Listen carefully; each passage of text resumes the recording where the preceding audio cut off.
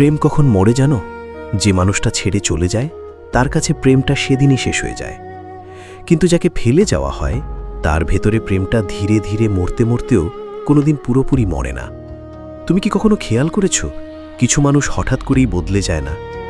তারা অনেক আগেই বদলে যায়, শুধু তুমি বুঝতে পারো একটু দেরিতে। আর যেদিন বুঝতে পারো সেদিন তোমার বুকের ভেতর এমন একটা নীরবতা জন্ম নেয় যেটার শব্দ শুধু রাত জানে।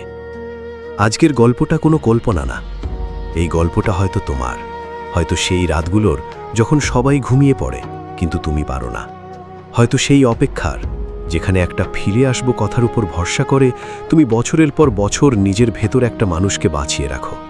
আর সবচেয়ে ভয়ঙ্কর ব্যাপার কি জানো? যে মানুষটা তোমাকে ভুলে গেছে তুমি এখনও তার দেওয়া ছোট ছোট স্মৃতি আগলে রেখে বেঁচে আছো। প্রেম খুব অদ্ভুত একটা জিনিস, এটা কখনো একসাথে দুইজনের ভেতর সমানভাবে বাঁচে না। কেউ একজন একটু বেশি ভালোবাসে আর কেউ একজন সেই ভালোবাসাটাকে অভ্যেস বানিয়ে ফেলে।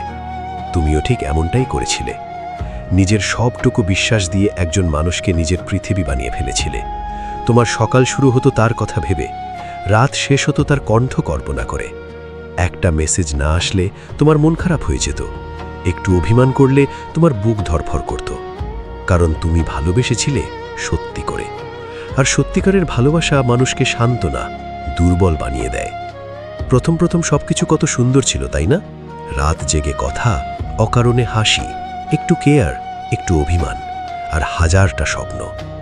তুমি বিশ্বাস করতে শুরু করেছিলে এই মানুষটা কোনোদিন বদলাবে না, কিন্তু মানুষ বদলায়, খুব নিঃশব্দে বদলায়। একসময় তুমি লক্ষ্য করলে আগের মতো আর খোঁজ নেয় না, অনলাইন থেকেও রিপ্লাই দেয় না, তোমার কষ্টগুলো আগের মতো মন দিয়ে শোনে না।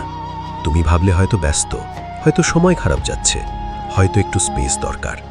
কারণ যে মানুষ বেশি ভালোবাসে সে শেষ মুহূর্ত পর্যন্ত অজুহাত খুঁজে সম্পর্কটা বাঁচানোর চেষ্টা করে। তারপর একদিন হঠাৎ তুমি বুঝে গেলে তুমি আর আগের জায়গায় নেই, তোমার জায়গায় এখন নীরবতা, অবহেলা, এড়িয়ে যাওয়া আর অদ্ভুত ঠান্ডা ব্যবহার। সেদিন তোমার খুব কান্না পেয়েছিল, কিন্তু তুমি কাঁদোনি, কারণ তুমি এখনো বিশ্বাস করছিলে একদিন সব ঠিক হয়ে যাবে। কিন্তু কিছু জিনিস আর কখনো ঠিক হয় না। একটা সময় আসে যখন মানুষটা পুরোপুরি দূরে সরে যায়, হয়তো কোনো ঝগড়া ছাড়াই, হয়তো কোনো কারণ না জানিয়েই, হয়তো শুধু বলেছিল ভালো থেকো।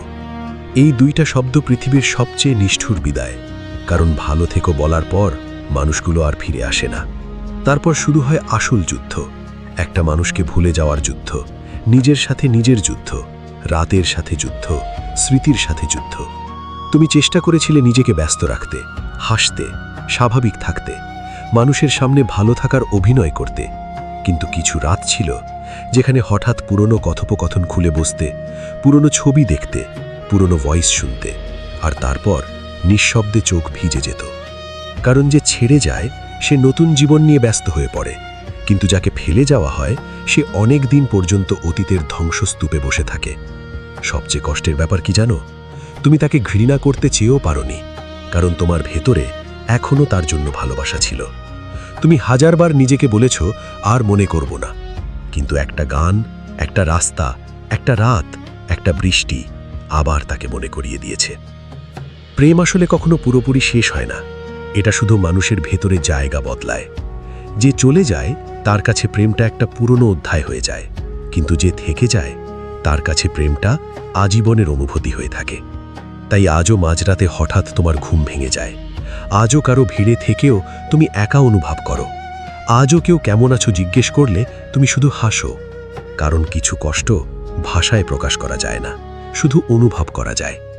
তবে একটা সত্যি মনে রেখো, তুমি হারিয়ে যাওনি, তুমি শুধু এমন একজনকে সত্যি করে ভালোবেসেছিলে যে তোমার মতো করে ভালোবাসতে জানতো না। আর পৃথিবীতে সবচেয়ে সুন্দর মানুষ তারাই যারা ভেঙে যাওয়ার পরেও কাউকে অভিশাপ দেয় না। হয়তো একদিন তুমি পুরোপুরি ভালো হয়ে যাবে না, কিন্তু একদিন তুমি এই কষ্ট নিয়েই বাঁচতে শিখে যাবে। আর সেদিন আয়নার সামনে দাঁড়িয়ে তুমি নিজেকেই বলবে, আমি সত্যি ভালোবেসেছিলাম, এটাই আমার অপরাধ না, এটাই আমার সৌন্দর্য। যদি গল্পের কোনো একটা লাইনও তোমার জীবনের সাথে মিলে যায় তাহলে কমেন্টে শুধু একটা শব্দ লিখে যাও, থেকে গেছে।